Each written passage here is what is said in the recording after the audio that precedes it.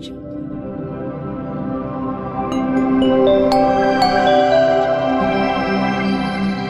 Mbolo manado, mbolo manado, manado, mbolo manado. Yo mashi, Amonta.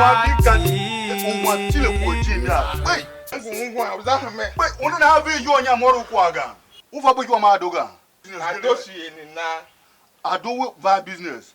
When I'm going with you, borrow na hamon zami. My movie where you say one and goes to Japan, Google, you make one go to shame. Now, it's just a good year. Hey, can't just dance or call one was going to can't say. Kwangi gati. Ini, I'm my casting you quite down with you.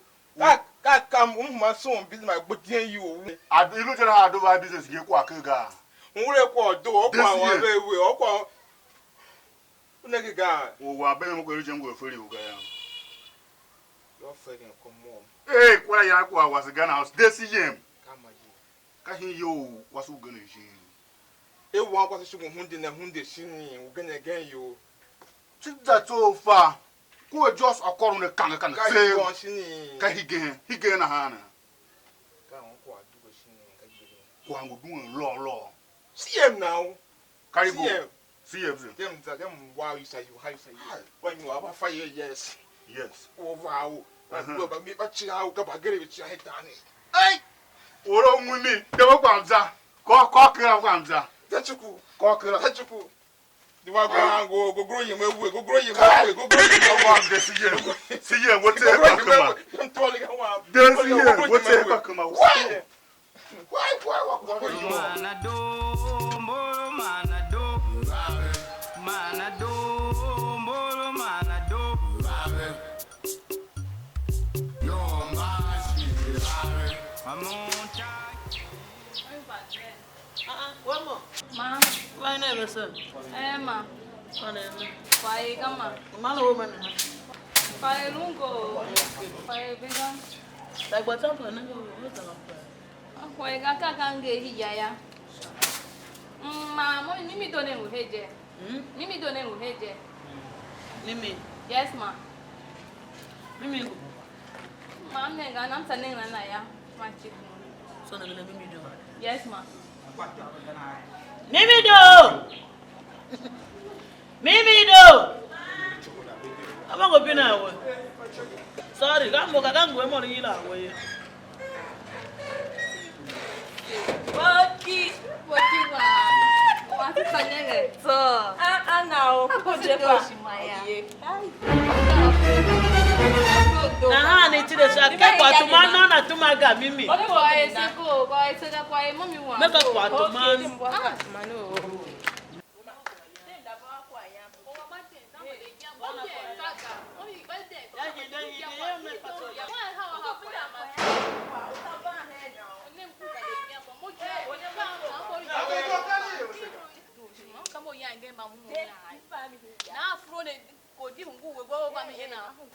Gwemo. Mo yin hin ya waka. Mo da won go. Ya mu ba ma ne na. La dadwo before do anyo ya. Okay, what you want to do? Mimi mo zaga Mimi ba. Mimi ba.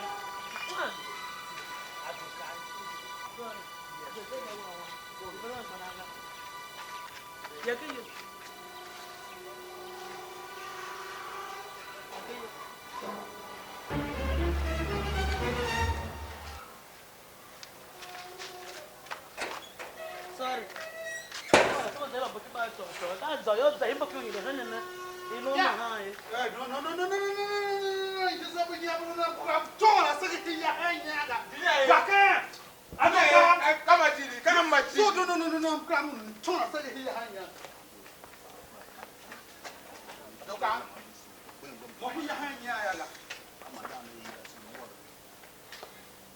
Engineer.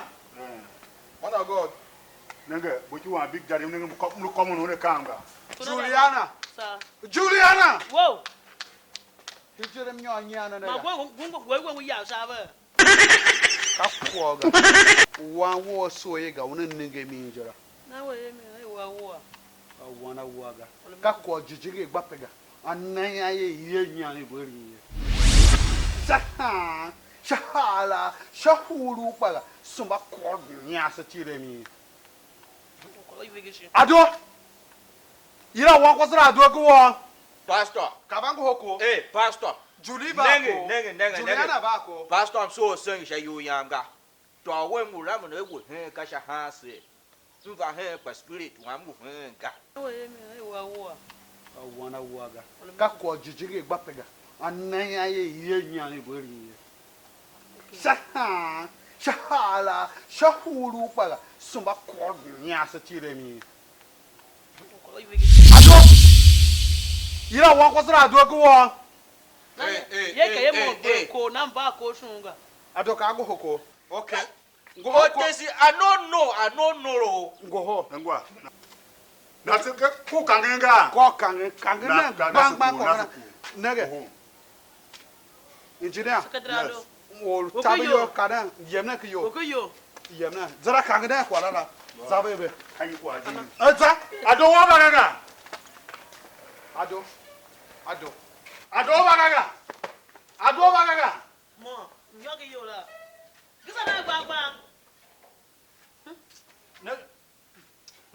Mamta ba utango mo Rabaga. Secretary Ado. Oh, we ko ya e. Oh, vejeka.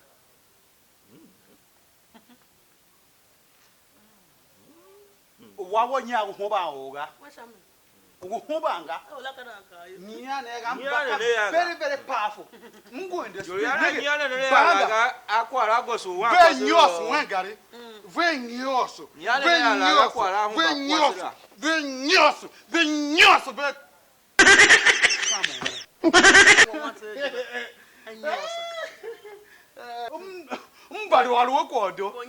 Secretary Doga.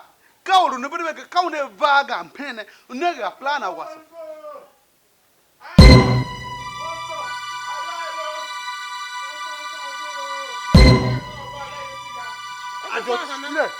Kama julu kana sana. Ado.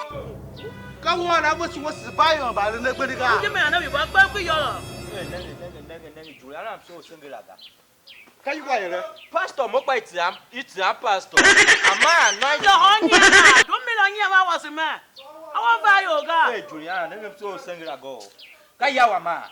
Kana ba bem lo ho Is it my house? I invited you. Is it my picking? I carry you. Nigga, pastor. Carry you. Nege, do you have a pastor ga? Juliana kai polu amru nya. Juliana. Nege, ado ere kwa mo doka be mfa hise. Anya adogo za mo ba ko mo. Adogo za mo ma po mo ma. So that do embra po over me. Go nowhere. Okay, chire them da boom zambone. Chire mo da boom. To.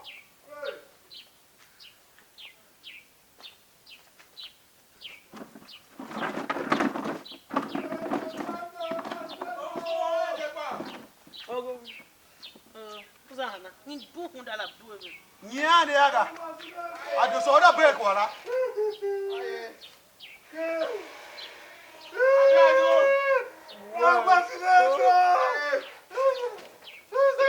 Una kwa wan woga.